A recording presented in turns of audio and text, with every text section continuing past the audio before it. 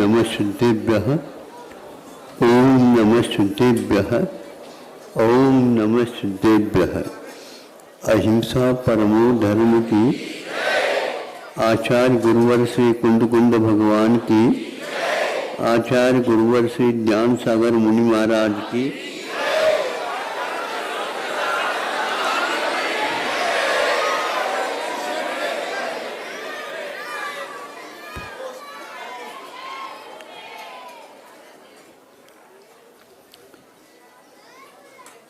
इस भारतवर्ष में परिवर्तन का प्रावधान है। विधि इत्यादि में ये प्रावधान नहीं। थोड़े बहुत अंतर आ जाना अलग वस्तु, यहाँ परिवर्तन होता है। तो उस परिवर्तन में एक प्रसंग है शास्त्रों में। भूमि जगन्य, मध्यम और उत्कृष्ट 3 प्रकार के होते हैं। जगन में 1 पल्य आयु, मध्यम में 2 और उत्कृष्ट में 3 पल्य की आयु हुआ करती है।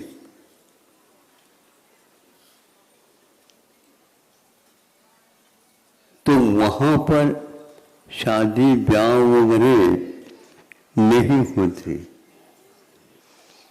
किंतु जन्म लेते समय जुड़वा के रूप में उनका जन्म होता है। जुड़वा में निश्चित 1 पुत्री और 1 पुत्र, ये पहले से व्यवस्थित है। आज तक उस भूमि में 2 पुत्र एक साथ हो गए हों या 2 पुत्री हो गई हों, ये नियम है। ऐसा क्यों? वही दोनों जब बड़े होंगे समय पर पति पत्नी के रूप में परिवर्तित होंगे। आप कोई भी प्रश्न न पूछे, क्योंकि यह प्रश्न नहीं है, यह वस्तु स्थिति है। फिर इसके उपरांत जब वे दोनों पति पत्नी के रूप में परिवर्तित हो जाते हैं तो संतान तो होगी। प्रतीक्षा करो, संतान तो कितनी भी दवाई लो, कितनी भी, वैसे ही भूमि में दवाई की कोई आवश्यकता नहीं। पूर्णोदय की आवश्यकता यहीं पर है, वहाँ पर नहीं है, क्योंकि वह निरोगी काया के साथ ही रहते हैं और उनके जीवन की जो शैली है वह बस उसमें ही जोड़े तक रहती है। बाकी किसी के साथ संबंध आदि जैसे आपको होती है उस प्रकार नहीं। आश्चर्य की बात तो यह निश्चित है, आप निश्चित है उस बारे में बहुत कम सोचते या नहीं सोचते, और जो अनिश्चित है उसके बारे में सोच करके अच्छे जो शांति से बैठे उनके भी माथा खा जाते। अच्छी बात है, इसलिए कह रहा हूं संतान की प्राप्ति भूमि में अंतिम समय में हुआ करती है पक्षी। आज तक इसमें भी कोई कमी नहीं रही, किसी की यहाँ जोड़े को कोई पुत्र नहीं मिला हो अथवा आदि आदि। अंत में होंगे, यह वहाँ का नियम है। और यहाँ पर वह नियम लागू करना चाहे तो नहीं। बीच में किसी ने कहा ना कि वो बहुत वर्ष के बाद बालिका हो गया, बालक हो गया, वहाँ पर पहले होंगे ही नहीं। और अंत में जब माता पिता को छींक और जम्बाई आ जाए तो बस यही पर्याप्त है, उनकी मृत्यु हो जाती है और उसी समय वहाँ पर जन्म उनका होता है, जुड़वा, नए जुड़वा का। अब उनके जीवन में कभी बच्चों को देखने का अवसर ही प्राप्त नहीं होता। यदि हो जाए फिर तो भूमि छिन्न भिन्न हो जाए। तो हुए कैसे, नियम है ये। ऐसा क्यों? आप लोग जो नियम है उसके बारे में अध्ययन करो, अपने आप ही भागा दौड़ आपकी शांत हो जाए। आज दादाजी का नंबर, परदादी का भी नंबर आ रहा है और नाती सोच रहा है कि घर संभालने का सौभाग्य हमें कब प्राप्त होगा।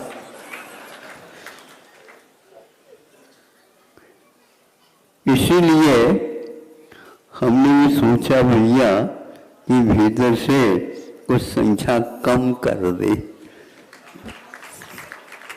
थोड़ी सी सुविधा तो नहीं है वो, लेकिन वह रास्ता मिल गया।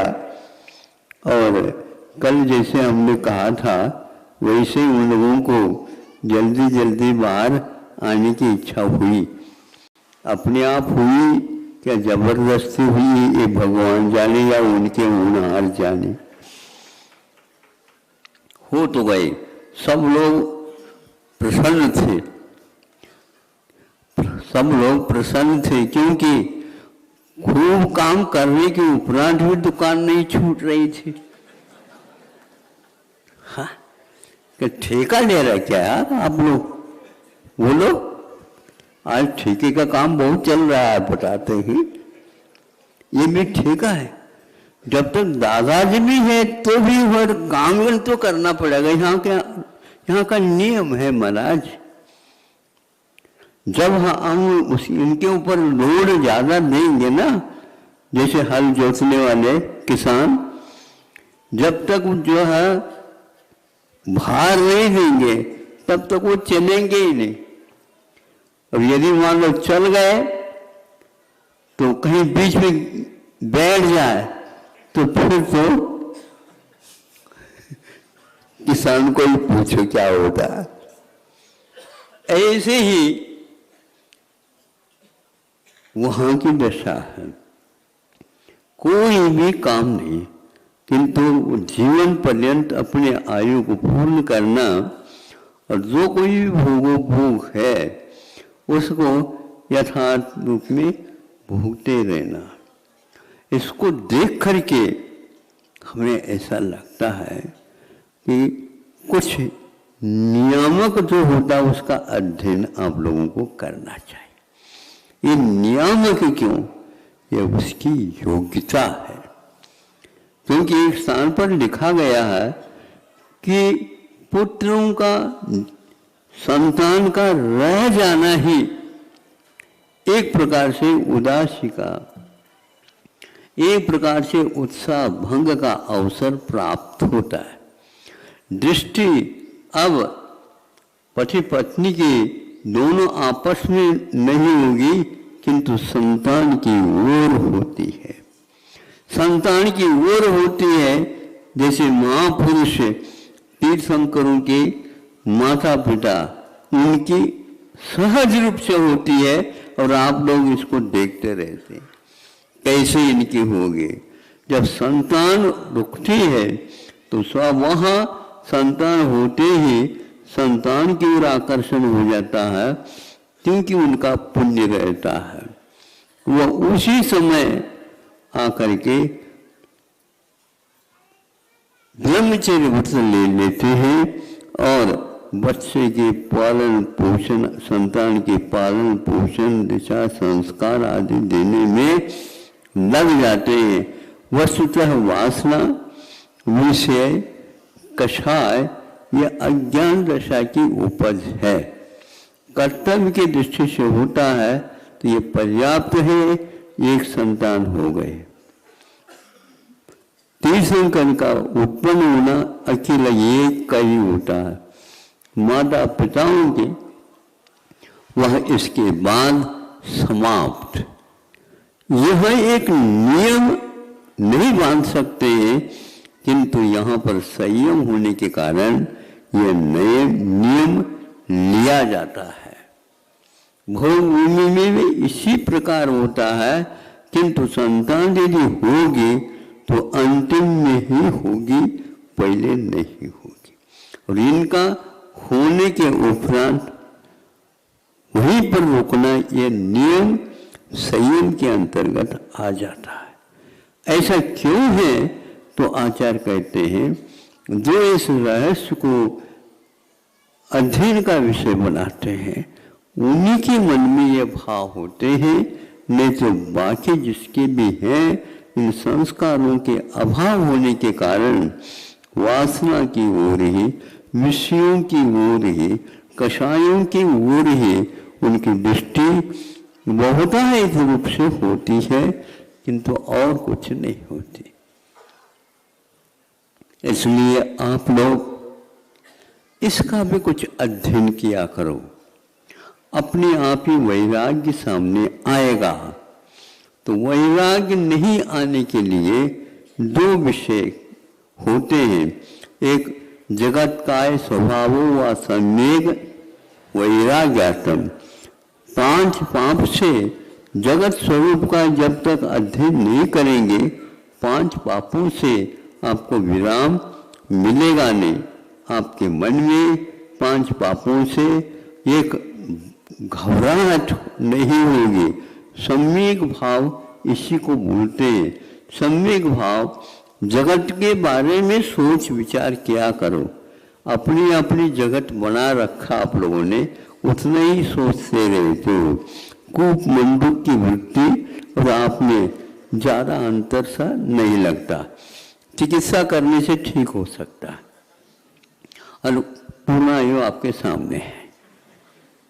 चिकित्सा करवा दो, मेंढक को भी इस ढंग से समझ में आ सकती है, तो आपको क्यों नहीं है?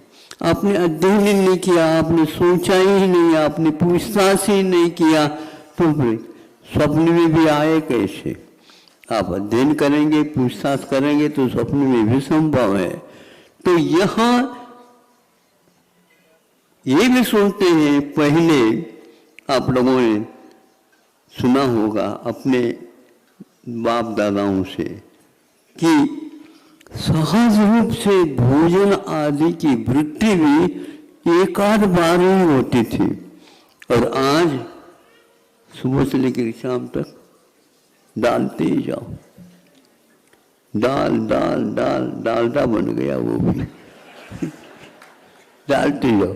घी कहो, घी के नाम दो, डालडा खाते जाओ। इसलिए वह एक प्रकार से आदतन की ओर चला जाता, अभ्यास होता है। अब अभ्यास करते हैं तो एक समय आता अनिवार्य होता है। बहुत कम खाते थे बच्चे, जैसे कभी करते ही नहीं थे। देखो बच्चों, अभी भोजन का समय नहीं हुआ, थोड़े से और खेल कूद करके आ जाओ, थोड़ी से हमें कुछ मिल जाए। बच्चे ज़्यादा खेल कूद करते तो भूख लगेगी और कुछ नहीं मिलता। लेकिन बच्चे यदि इस प्रकार ज़्यादा खाने लग जाता है तो माँ को चिंता होती है, बीमार पड़ जाए तो क्या करूं। बीमार न पड़े उतना ही खिलाना, उसने ही समय करना, ये सारे उस अज्ञानी बच्चे के लिए संस्कार के काम करते हैं, फिर बाद में वे नियंत्रण में होते। यह नियम और संयम है, ये भोग भूमि नहीं है। इसलिए आप लोगों को ब्रह्मचर्य, फिर इसके उपरांत गृहस्थ आश्रम, फिर इसके उपरांत वानप्रस्थ आश्रम, फिर इसके उपरांत संन्यास आश्रम। संन्यास आश्रम को और दृष्टि डालने से पूर्व में इन लोगों ने अपने संतान के ऊपर ऐसे संस्कार डाले, दुकान वाले को दुकान, मकान वाले को मकान, खेती बाड़ी करने वाले को खेती बाड़ी आदि आदि का विद्या कला सिखा करके, संस्कारित करके, उसका प्रयोजन करके, उसका एक प्रकार से वर्गीकरण करके, वर्गीकरण में अवश्य ही समय की पाबंदी हो जाती है। पहले ब्रह्मचर्य के लिए इतना वर्ष, फिर गृहस्थ आश्रम के लिए इतने वर्ष, ऐसे करते संन्यास की ओर तब आए हैं जब ये संतान के ऊपर अच्छे ढंग से संस्कार डाले और उन्होंने कि हाँ महाराज, ये यदि जहाँ कहीं भी आप रखवाना चाहते हो तो हमारी तरफ से बोलो ना। बोले ताली तो बजा रहे हो, बजाते तो अच्छे ढंग से बजाओ, नहीं तो चुप बैठ जाओ। हाँ ठीक सुनो। तो यहाँ अभी पूछताछ करने से क्या तो हुआ, सबके तरफ से छूट है, अनुमति है और हमें प्रसन्नता है। इसी प्रकार हमें भी करने के लिए इन लोगों ने एक प्रकार से अवसर प्राप्त कराया। हम भी इसी प्रकार करेंगे, लेकिन हम सोचते हैं कि भाई इतनी सारी संख्या आ जाएगी तो क्या होगा। संख्या की चिंता मत करो, देव लोग भी इसमें भाग ले सकते, सब काम हो जाएगा। पहले कदम तो हमें उठाना होगा और वह शास्त्रोक्त पद्धति से उठाना होगा। अब आगे का विषय वो स्वयं ही ज्ञात होता जाएगा आपको। सुनते हैं कल तक की भी देरी हो रही है। हाँ, वो स्वाहा बढ़ता जा रहा है। तो हमने कहा कि नियम भूभूमि के लिए है अथवा महापुरुषों के जीवन काल में है, और जिन्होंने इस प्रकार के संस्कार नहीं पाए उनका सामान्य जीवन होता है, और सामान्य जीवन वाला ही ज्यादा करने धरने इत्यादि में लग जाता है। कभी भी चक्रवर्ती ने दुकान नहीं खोली, खोलने की आवश्यकता नहीं, तो धन कहाँ से आता है? आप कमाते हैं ना, उसका सारा कोष में चला जाता है। तो बैठे बैठे कैसे नहीं, बैठ करके आप लोग कैसे कर रहे हैं उसको संभाल रहे हैं, ये क्षत्रिय का काम होता है। इसी प्रकार अन्यत्र भी लागू होता है और समय पर वहां से निकलते चले जाते हैं। ऐसे ऐसे पौराणिक कथा मिलती है जिनको पढ़ने से ज्ञात होता है कितनी उनकी लगन थी। इस शास्त्र में जो लिखी उसके अनुसार अपने जीवन को बनाने की प्रक्रिया ढालने की थी। गर्भावस्था में भी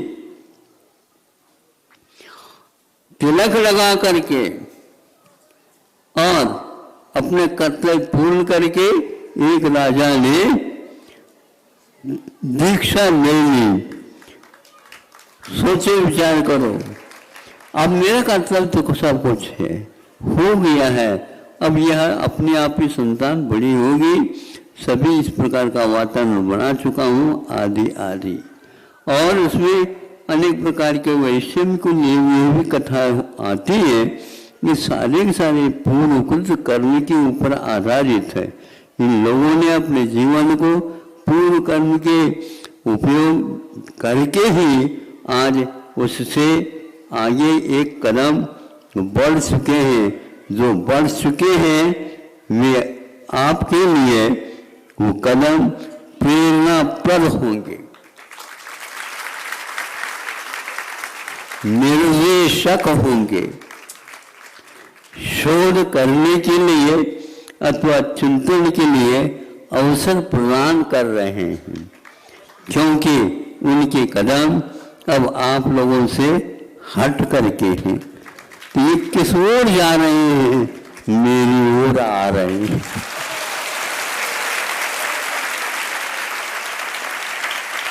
तो हमने सोचा गुरुजी जैसे कहेंगे वैसे हमें करना है, और वो गुरुजी ही हमारे दिमाग में भरते होंगे और उसी के अनुसार विचार आता है, अन्यथा आ ही नहीं सकता। इसी प्रकार का उन्होंने संस्कार डाला।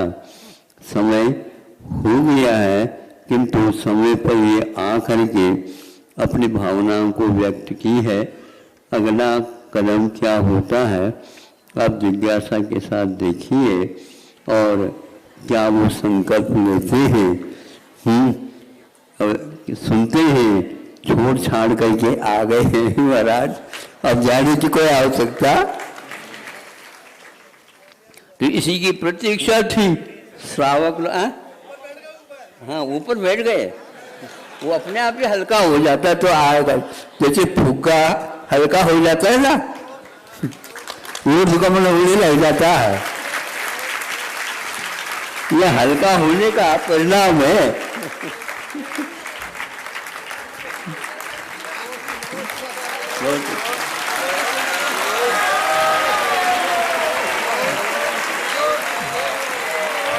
जल्दी न करिए।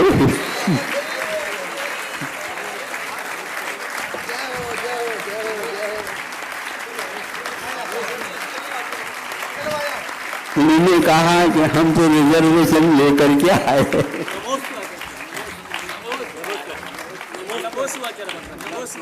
हाँ हाँ बैठो, समय तो ऐसे हो गया। 22 हो गया। हाँ ठीक है कोई बात नहीं।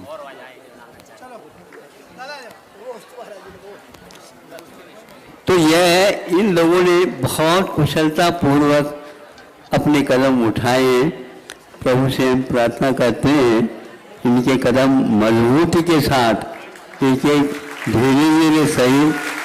ये ध्यान रखना, इसमें संयम रखना, देखा देखी कोई कार्य नहीं करना। जैसे कहते संकेत मिलते हैं उसी के अनुसार यदि करेंगे तो अवश्य ही नंबर अंक जो है आप लोगों को मिलेंगे। ऐसा नहीं है कि हम मांग करके एक आध नंबर बढ़ा दें, ऐसा नहीं बढ़ सकता। हमारे पास तो संभव ही नहीं। हमारे पास जब चलते थे कृपांक नहीं था, कृपांक नहीं था। एक यदि था तो 1 वर्ष और उस कक्षा का अभ्यास करना, ये अच्छा लगता मुझे। एक बार और करेंगे ना तो वह ठोस और मजबूत हो जाता है। इसलिए प्रत्येक कार्य आपके जो सोपान क्रम से दिए जाएंगे वो मजबूती के साथ और 100% नंबर के साथ आगे बढ़ना चाहिए। अहिंसा परमो।